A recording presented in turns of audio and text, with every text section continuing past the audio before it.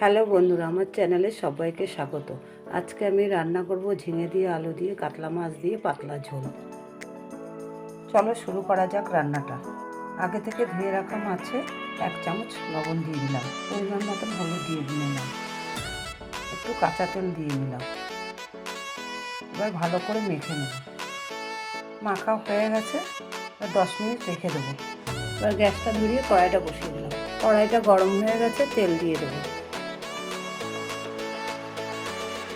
তেলটা গরম হয়ে গেছে, এবার মাছ দিয়ে দেবো।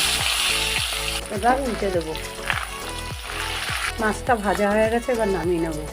এবার একই তেলে রাঁধুনি ফোড়ন দিয়ে দিলাম, পেঁয়াজ কুচি দিয়ে দিলাম। এবার একটু নেড়ে নেব।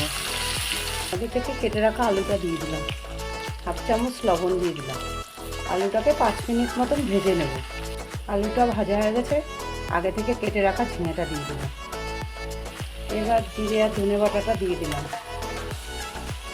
লঙ্কা বাটাটা দিয়ে দিলাম, পরিমাণ মতন হলুদ দিয়ে দিলাম, স্বাদ মতন লবণ দিয়ে দিলাম। এবার কিছুক্ষণ নেড়ে নেব। কিছুক্ষণ নেড়ে চেড়ে নিলাম। মশলাটা আমার কষানো হয়ে গেছে, এবার জল দিয়ে দেবো। ঝোলটা ফুটে উঠেছে, এবার আগে থেকে ভেজে রাখা মাছটা দিয়ে দিলাম। ঝিঙে আলু সেদ্ধ হয়ে গেছে, মাছের ঝোলটা আমার হয়ে গেছে। এবার নামিয়ে নেব একটা পাত্রে। আমার রান্নাটা হয়ে গেছে। এই রান্নাটা আপনাদের যদি ভালো লেগে থাকে, একটা লাইক, একটা কমেন্ট, একটা শেয়ার, চ্যানেলটিকে সাবস্ক্রাইব করুন।